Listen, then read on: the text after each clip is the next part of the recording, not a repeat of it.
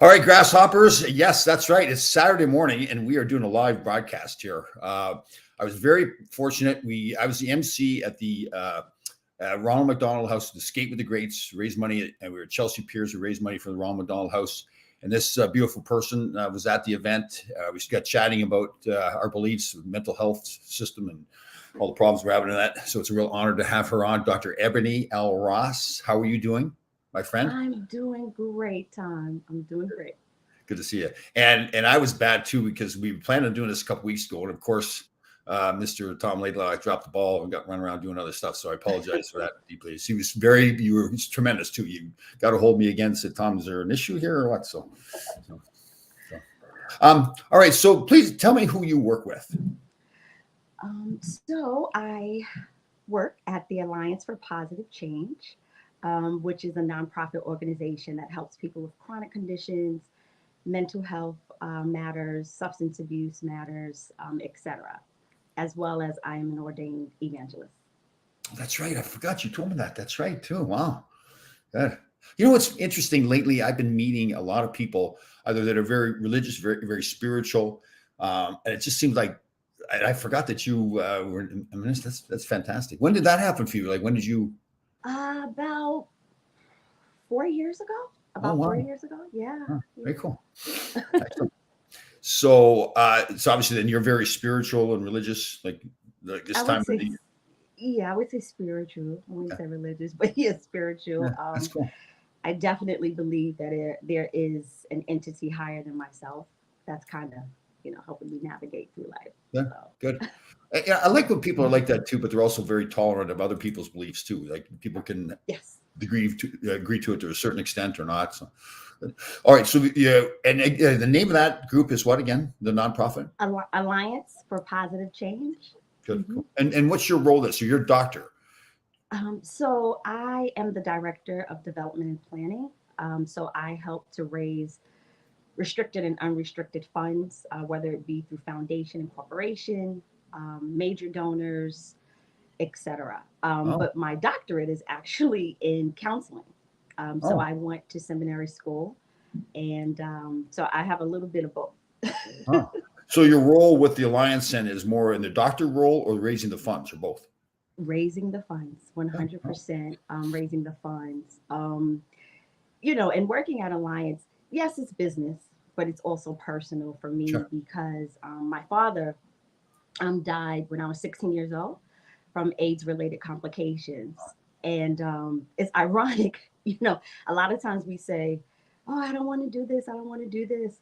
I don't want to do that. I really, after my dad died, I said, I'm not going to deal with HIV and AIDS. I'm not going to deal with it. And the universe literally aligned me and connected me to that organization. So sometimes it's not always what we want, but it's just like the universe pushing us in our purpose. So very cool. So you consciously said you did not want to deal with the AIDS community. Is that? To be honest. And I think it was because of the personal experience I had. Like I was young, at that time I thought I was the only teenager in the entire universe that had a parent that was HIV positive. Right. But I actually started volunteering at the AIDS service, at Alliance for Positive Change. And that's where I learned how to heal personally. Sure. So. And when you learn to heal personally, then you could pass that on to other people. Is that right? Absolutely. Absolutely. It wasn't just for me. It was for all, the young boys and girls who might have a parent that, had some issues with substance abuse or, is experiencing the chronic condition of HIV and AIDS, to share my testimony. That was really important to me. But cool. It didn't happen overnight. It took time. Isn't that interesting? The same for me. I was stuck in that world as an athlete for many years where I didn't realize at the time that it's a totally selfish world. You have to be so wrapped up in yourself, but you just grow up in it and you think that's just the way it's supposed to be. And then later on in life, you go through things. I've had 2 divorces. I've raised 2 sons, which is one of the most incredible things I've ever done. But then you start to realize, and we were talking before the show, I'm in the process of writing a book, which is going on for a while, but it really opened my eyes to look back at my life and see the mistakes I made and things I've learned and everything, and become like I hope I say this in the right way. I don't mean it in an arrogant way, but I feel so much better about myself than I ever have, physically, emotionally, right? Sure, the same That's way. right. So, Absolutely. so with the tragic death of your father, then you feel like you got better, not just getting healing from that, but became a better person. Is that right? Yes, at 100%. It was a combination of learning more about HIV and AIDS, my spiritual journey, getting closer to my higher power, and just experiences, being around other people that went through some similar situations that I did. Right. And literally, it was a one day at a time approach. And, Right. and I want to make sure that I'm clear that it was not overnight. Yeah. I was angry. I was angry. I was sad. I felt like I got a raw deal. Yeah. I was like, I did good in school. I got good grades. Like, why I got to go through this? But it was for a reason. It was for a higher purpose. Right. Yes. And were you angry at your father, or just angry in general? Yeah. Oh, yeah. Oh, Right. yeah. I'm an honest person. I was. Because, at 16, it's like, prom and Yeah. graduating. I had got accepted to all of these colleges during that time. And my dad died about 2 months before my high school graduation. So it was like he wasn't there. So initially it was anger, but then I began to learn more about his journey and learn more about why certain things happen. And today I'm thankful. I'm thankful for the experience. Thankful I'm because all thankful. the things you learned after he passed away, you learned a lot Yeah. about it, and that helped After he you. passed away, things that he personally went through. I wasn't privy to it back then, but as I grew up, I learned more, and I have so much respect for him. I have Right. so much respect for him, and it's just so funny how sometimes the things we don't understand or we think we understand, Yeah. we don't get it until later on in life. Yeah. So I have no, as I, from where I'm from, have no beef with him, no problems with him. I respect him. Right. And I'm thankful because that's part of why I became the woman I am today. That's very cool. Isn't it true though? We sometimes take for granted the things we're told certain things or we're taught certain things over and over that are on TV or that somebody else is saying, and I've learned this too, and I've made the same mistake where if you stop and do your own studying and homework and look at things in the background and you realize well, that's just not true at all. I shouldn't Yeah. be feeling the way I'm feeling. This is not accurate. Even small little things. I saw a quote the other day, I think it's Instagram or Facebook. And it's a quote that I've seen several times, and it said, "If you fall down 7 times, you just need to get up 8 times." Mm. Now, it's not a big issue, but that's not accurate. If you fall down 7 times, you only need to get up 7 times.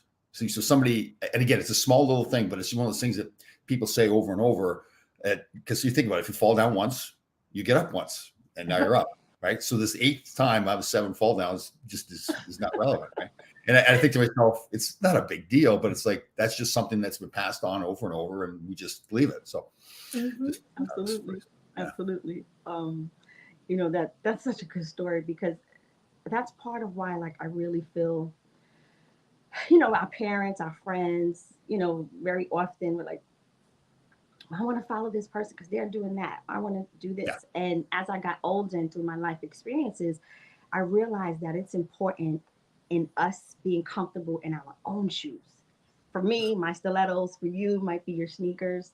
yeah. Um, How do you because know I don't wear stilettos around, Ebony? maybe Right? you do. Hey, I love it. No, it's just important, and important to have your own identity and to follow your own beliefs and your truth, Yeah. you know. Yeah. So let's talk mental health for a second here. So right now, a lot of things going on, right? We talk about this pandemic that we've been in for 2 years, the divisiveness, politicians, Ukraine war. We had the shooting in Brooklyn the other day. We've had floods and hurricanes and all this kind of stuff happening. The economy, price of food going up, everything. Just so many things are happening, and we get bombarded with all these issues all the time, whether it's on social media or watching the news. I'm sure you probably more than I get contacted by a lot of people that they're fed up. They don't. I see it more and more where people are just rude to each other. I don't think it's as much that they're bad people. They say, screw it. I'm just going to do what I have to do for myself. Right? Yeah. Are you facing that a lot? Um, I see it a lot. I'm around it a lot. Um, Pandemic burnout is Yeah, real. People are just overwhelmed, exhausted, stressed, yeah, tired. Um, because the thing, what I realized is that the pandemic happened, but life didn't stop. right. So you're still, if you're at a 9 to 5, you still have things that you have to do at work. If you are a parent, you still have to care for your children in the middle of everything that's Yeah, happening. So it's a lot. It's a lot. yeah. I think it's easier for me. My boys have grown now. I'm single. I've got my own business that I run. I have this saying, and it sounds a little bit, it's cold, but I say that I live in thoroughly blissful ignorance. So Mm, I have to be, you don't want to not be aware of what's going on around you, but you can't be so immersed in things that I can't change anyways. I mean, I yes. can't change the war. I can't change the pandemic. Politicians are going to do what they want to do. Yeah. Um, deal with the things that you can deal with to affect your life, right? Being around good people, taking care of yourself physically and mentally. Hmm. And for me, that's the one thing I've learned too. I've always taken care of myself physically, but I feel like I take better care of myself mentally now. I just don't allow the negative stuff to come into my world. You think that's like, I'm probably simplifying it too much. Do you think people can do more of that themselves, even though they, like you said, Absolutely. Self care, right. self love. Yeah, Finding out different coping mechanisms. Because the thing about it is, if you were stressed and you were dealing with mental health matters before the pandemic, adding the pandemic on top of it, it's like it's a collapse type of situation. But there is help. There is help. There are ways that you can feel better, live better, and do better. right. Um, but many times when it comes to mental health and stress and things of that nature, there's a lot of stigma Yeah, behind it. And people, even if they're not feeling good, they're afraid to yeah, reach out. They're because they feel like they're going to be judged. So I'll yeah. just deal with this on my own. Yeah. I have a good friend of mine, a former hockey player, is Corey Hirsch, and I use his name because he openly talks about it. He had some mental health issues. He played after I played, so we didn't know each other then. But he was starting to suffer some mental health issues, and he was in the sports world, which is even worse. Mhm. Especially back then in the '90s, I believe it was. Yeah, and he finally got so bad he had to tell somebody, and that really probably ended his career by doing it. Because and you know what, we're probably all a little bit. Maybe you. I shouldn't speak for you, but I think to myself, I hope I'm not guilty of it. But yes, when somebody does come to you with a mental health issue, it's kind of hard not to, again, you shouldn't be judgmental, but you kind of feel like, oh, geez, there's something wrong with them. Well, it's no different than somebody breaks their arm. They have to go to the doctor and they have to get a cast put on it. And, right. You have a mental health issue, you go talk to somebody, you figure things out. If you have to get on medication, you do that. Mhm. It shouldn't be any different. Right. Is that, Mhm. yeah. And that's the thing. It shouldn't. Yeah. But very often it Yeah. is. And No, I always talk about that. I'm like, if you have a toothache, no problem. You call the dentist. yeah. If your foot hurts, you go to a podiatrist. But with mental health, a lot of people live um, Yeah. with their situations alone. Right. And I am an advocate that's you don't have to do that. You Right. don't. So is the Alliance for Positive Change that you work with, is that a place where people can go to get help? Yes, absolutely. They can come get services from Alliance. Right. And in addition to Alliance, there's many other Yeah. entities and resources out there. Right. Absolutely. Right. So that's what a lot happen to people. You get a lot of people coming to your alliance that have problems, whatever the Hmm. problems are. Absolutely. No problem. Yeah. And how do the majority of them find out? Is it like it's a community thing more that people in the certain Uh, community? yeah, community, word of mouth, through our website, through social media. There's different ways that people can learn about us Yeah. in addition to That- volunteering. yeah. That is kind of the sad thing, right? There's so many, there's your great organization. There's so many other places out there where people can go get help, but Mhm. they still feel like they could. Do you think it's a difference between men and women? Do you think men are more likely to not seek help, or do you think that matters? Absolutely. Yeah. Absolutely. Yeah. And I think part of that is because, there's the stigma, Yeah. manly man got to be macho and, don't cry. And Yeah. we all have tear ducts. We have No, tear ducts for a reason, and it's a lot of the pressure from society, and yeah, so a lot of men don't, yeah. they don't go Which and get is, work. and like, again, I talk about my book. So I grew up on a farm in Canada. My father and grandfather worked the farm. And, when I was growing up as a little hockey player, fighting all the time, big tough guy and everything. And my father and grandfather were just these solid men, came to the farm every day, milked the cows twice a day, getting up early, never getting their picture in the paper, or, they didn't get in fights. They were just these guys that showed up all the time. And I, as a young boy, kind of thought that they were weak because of that. They weren't getting in fights. They weren't those tough guys. It's funny how I look back at them now, and I just think they're the most fantastic men ever because of the way they were. It was like they were more men than I was, right? Because they were the ones that were showing up every day. It's the same thing with people having men, especially men having emotions.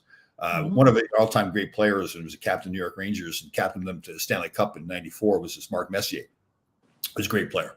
And he's famous for when he gets up and speaks, he cries automatically. It doesn't matter what it is, he cries. And he was, if you saw him play, he was one of the toughest guys that ever played, like real leader and everything, a strong man. But it is funny because he cries. It's actually, and people kind of make fun of him for it, but because of who he is and how strong of a man he is, it's like he's emotional, right? That's the way how he handles. Yeah, it is, and even from gender to also environment. Yeah. How we grew up, where we grew up. I'll use myself as an example. I was born and raised in Brownsville, Brooklyn. I don't live there now, but Brownsville, you say Brownsville, the first thing you think of is the hood, like a very tough, Yeah.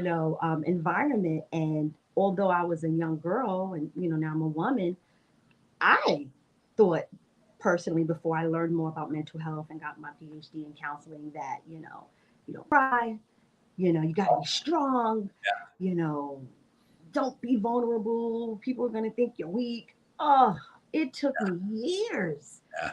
to understand that that's a lie. That Right is a on. lie. And actually, what the truth is, when you do allow yourself to become vulnerable, that illustrates your strength as Yeah. opposed to the opposite. Totally. So, we Yeah, are because all. yeah, I agree with you, because if you're a strong enough person to come out and say how you feel, then you believe, like you talked about self-love before, then you really don't care. Well, you care what other people think, but you're not going to let what they think tear you down, right? You're strong enough inside yourself, right? Absolutely. Absolutely. Yeah. And and like you said, that's a journey too. That just doesn't happen overnight. Like you really have to work at that. Like I believe, like you said, if you want to be stronger as a person physically, you need to go to the gym. You need to work out, whatever it is that you need to do. It's the same thing about being a strong person inside. It's like you need to do things. I joke around, like it's getting out of your comfort zone. Like people think I'm a little nuts, but I've learned small little things. Like I'll drive down the highway and it's 40 degrees outside, so I'll open the window. So instead of being comfortable, I make myself uncomfortable. And I'm not recommending that to everybody. I don't want people to get cold, get their ears frozen off or something. But I just feel like constantly doing things. Like I don't know if you know, I went on Survivor. I was on the TV show Survivor. There's really no point in me going. It was fun. I had a blast, but it was really more like, it was like, okay, this is something different. Like, people don't get a chance to do this stuff. So I recommend that in small ways and big ways. People doing that all the time. Again, don't drag down that way. So yeah. Yeah, it's definitely a journey. Doesn't Right. happen overnight. And then the other thing I wanted to say was that, you know, sometimes we put a lot of pressure on ourselves. Like, Mhm. you have to do this, you have to get it right the first time, Yeah. and that could be from, family, your environment, society, things that you think like you just have to do. And I really am a firm believer in the one day at a time approach. Yeah. One moment at a time, because eventually, we'll get it. Yeah. And don't be afraid of failing too, right? That's one of the biggest lessons I've learned. There's two certainties in the world. You are not perfect. You will fail at sometimes. And the other one is that life is not fair. And I think once you get past that, you still, like you said, it isn't putting pressure on yourself. It's still trying things, but knowing full well that some things that you try, you're just going to fail. And it's Right. not the end of the world. You just get back up again and keep going. And that, the old thing about like life is not fair. You see something, oh, it's not fair. Like you, when you had to deal with the death of your father. At the time, it wasn't. You probably felt like this isn't fair to me, right? I'm doing. Yeah, I did. But it was probably a great lesson for you right now that you went past it. So Absolutely, absolutely, absolutely. All right. You know what time you preaching in here. You better stop. You gonna get me started. Can you ordain me? Um, I can have my pastor. Yeah, that's right too. No, man, wouldn't that be something if sure you're an ordained minister? I'm an ordained evangelist, Evangelist. as well as a chaplain. My grandfather was a bishop. He's deceased now. Oh. And my mother is a reverend. So Oh. I come from a long lineage of people with relationships with God. But but the funny thing about my story, and I'm unashamed to say this, is my mom was like, get up, get dressed, go to church, let's go, Sunday, Friday. I was like, oh, we as a child would see the church van coming down the street, dreading to having to go. But yet my father wasn't into church back then. So I grew up with the duality. I got to see, should I go this way or should I go that way? But it all was for the greater good. Yeah. Yeah. Mm-hmm. How's your mother now? She's good? She's good. She's doing good. Hanging in there. Yeah. Oh, that's right too. So one of our followers here, I'm really proud of this gentleman, called a friend of mine, is Barry Shelley.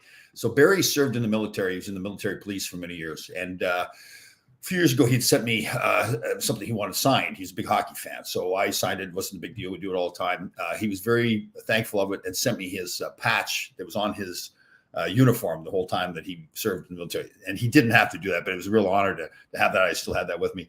But he's good. I hope she knows. Oh, that's right. So I hope she knows that I've been called the voice of God. So I'll tell you the quick little story. So I know. So, but my father had dementia when he passed away. And I was on a radio show one time with two lovely women who were doing the Westchester Walk for Alzheimer. Mm-hmm.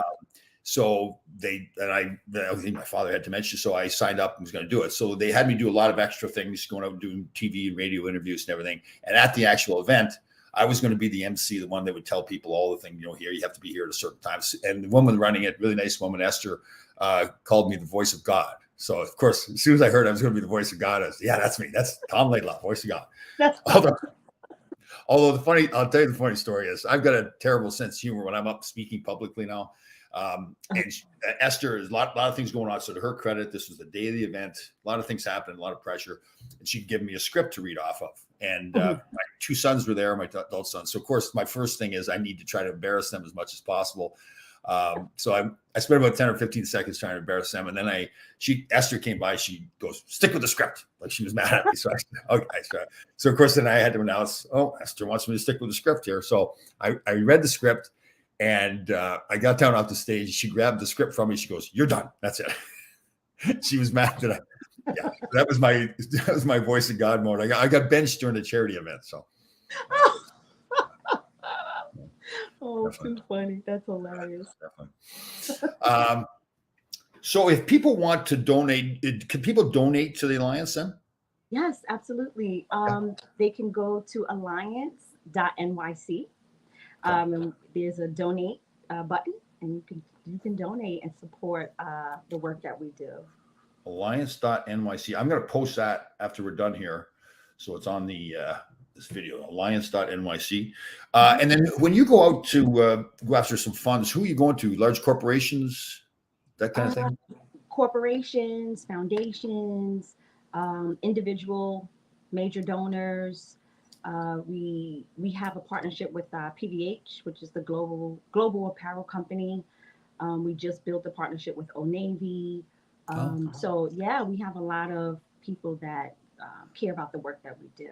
So when people see Dr. Ebony L. Ross coming, they're hiding the checkbook. They're like, "Oh God!" I can see how you do it too. Like you got this sweet thing about you. Like here comes sweet Ebony. You don't even know that you're asking. All of a sudden, they're asking for $5,000, and you just hand over the checkbook, and there it is. They have no idea. Tom. That's terrible. I can't believe you like that. I mean, when I initially am introduced to a corporation or foundation, the first thing, I don't ask for money. It's a journey. It's a partnership, cultivation, because Alliance may want the partner to cut a check, but the partner also has needs as well. So we work together, Yeah, That's pretty good. See, that's good thinking. I like that because the person doesn't feel like they're getting used, or the corporation doesn't feel like they're yeah, getting used. They're part of it all. absolutely, So, do you have absolutely. events as well? Yes, we in June we are going to be hosting our peer graduation, Oh, cool. and peer graduation is it's clients, participants that go through a series of trainings, and then they graduate, and Oh, then whatever they learn, they take their skill set and they help other individuals in the community. oh, So okay. it's like amazing, amazing. So, I'm assuming my invitation is in the mail. Then is that? Let me see. So, Yes, yeah, yes, we would good. love to have you. Yeah, love to be a part of that stuff. I love that. I've really gotten. It's amazing because many years ago I was in the agent business representing other players, and I had a young player had come to me. I can't remember how long it's been. Great young guy. He'd been getting himself in trouble, with drugs and alcohol. But he was just this. I'm sure you face this all the time. Where great kid though, and you're thinking like, what's wrong with this kid? Why is he doing it? Right. He asked me to represent him, and about a week after he asked me to represent him, he called me up and told me he'd been sexually abused by his junior coach. Um, and it was really like you talk about a journey. It was really a journey for me to again, I lived in that farm boy hockey life, which is grinded out.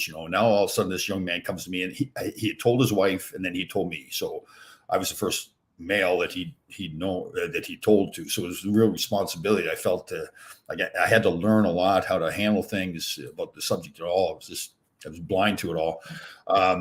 So it's really been like it's really helped me, and obviously some more things have happened over time too to really get more into the mental health, understanding mental health, why people act a certain way. Because he was a good example where I would look at him and I go, man, this kid's messed up. And then once you know the story, yeah, it all makes sense. And that isn't that the case with a lot of these, not just young people, but people in general. There's always, okay, why is somebody acting the way they're acting, right? Absolutely. You may have known someone for years, Yeah, but do you really know them?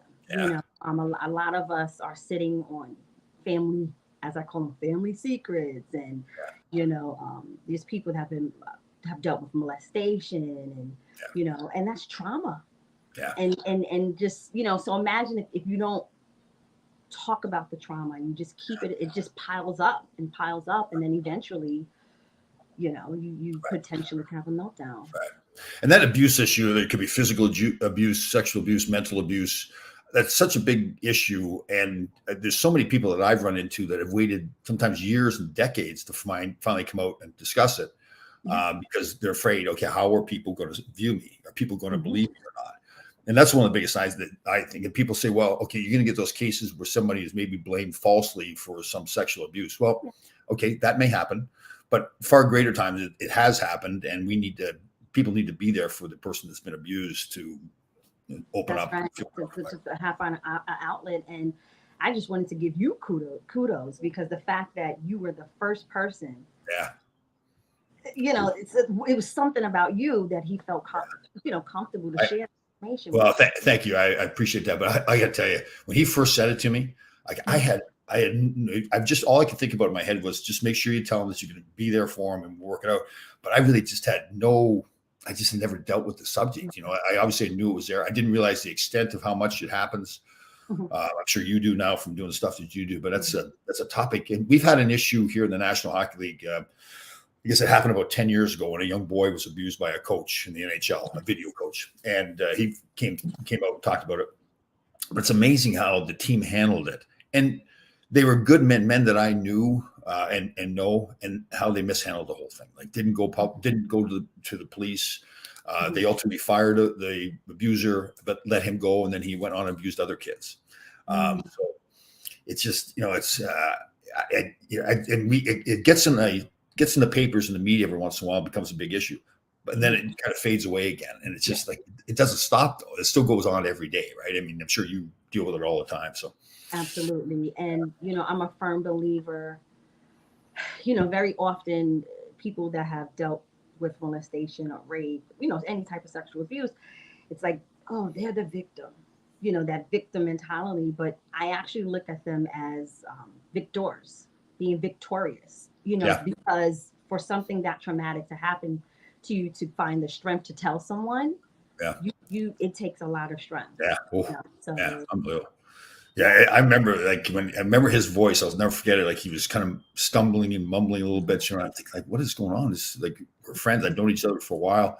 And when it finally came out of his mouth, it was like, yeah, pretty tragic. All right, so we're going to try to do this again. So this wonderful person here, Dr. Ebony L. Ross, she's with the Alliance for Positive Change. And if you want to donate or get involved at all, you can go to alliance.nyc. And if anybody out there needs help in any way, they can go to the website to get some contact information as well. So it's the website is Alliance for Positive Change. That's the website. The website is alliance.nyc. Okay, there you go. Sorry. Yep. Perfect. And again, once you see Dr. Ross coming with a checkbook, hide it quickly because she'll try to get all your money. I'm just kidding. I'm kidding. No. It's great. So we're going to try to do this every Saturday. I'd like to continue to talk. If there's people out there that need help, please contact us. We can help you as much as we can. We'll steer you in the right direction. If it's somebody who wants to participate, you can participate in these shows on Saturday morning at 10 o'clock. We're going to get going. And you can also, if you want, if there's a spot for you, you can get involved with the Alliance as well. So, all right, Dr. Ross. So, Doctor, I'm going to call you Doctor all the time, just Doctor. Dr. Evangelist. You've got it all. You're a doctor. You're an ordained evangelist. God. Listen, I'm just a woman trying to do the best with the time that I have here. just trying to make positive change. Yeah. That's right. Yeah. That's good. right. Oh, that's good. So our Renee Warren, he follows us quite a bit, looking to check out your website, Dr. Ross. We'd love to share with people out here in San Diego. Very good. I like that. So obviously tomorrow, Easter is a big day for you and your family. Yes. What have you got planned? The whole family getting together? Yeah, I mean, as far as with my church, my congregation, we're going to have Sunday service Nice. through Zoom. It's going to be through Zoom. Okay. Because that's the new normal now. So we're going to do that, and then after, my family and I are going to get together. Oh, that sounds great. That sounds fantastic. Right. So again, we're going to do this every Saturday at 10 o'clock. If anybody has questions in advance, you can write to me. You can direct message me. And again, I'll put up that alliance.nyc on this video on Facebook so people know where that is. Well, it's great to see you again, Doc. Good to see you again, Tom. Have a great Easter tomorrow. All right. Take care. Everybody. See you next week. All right.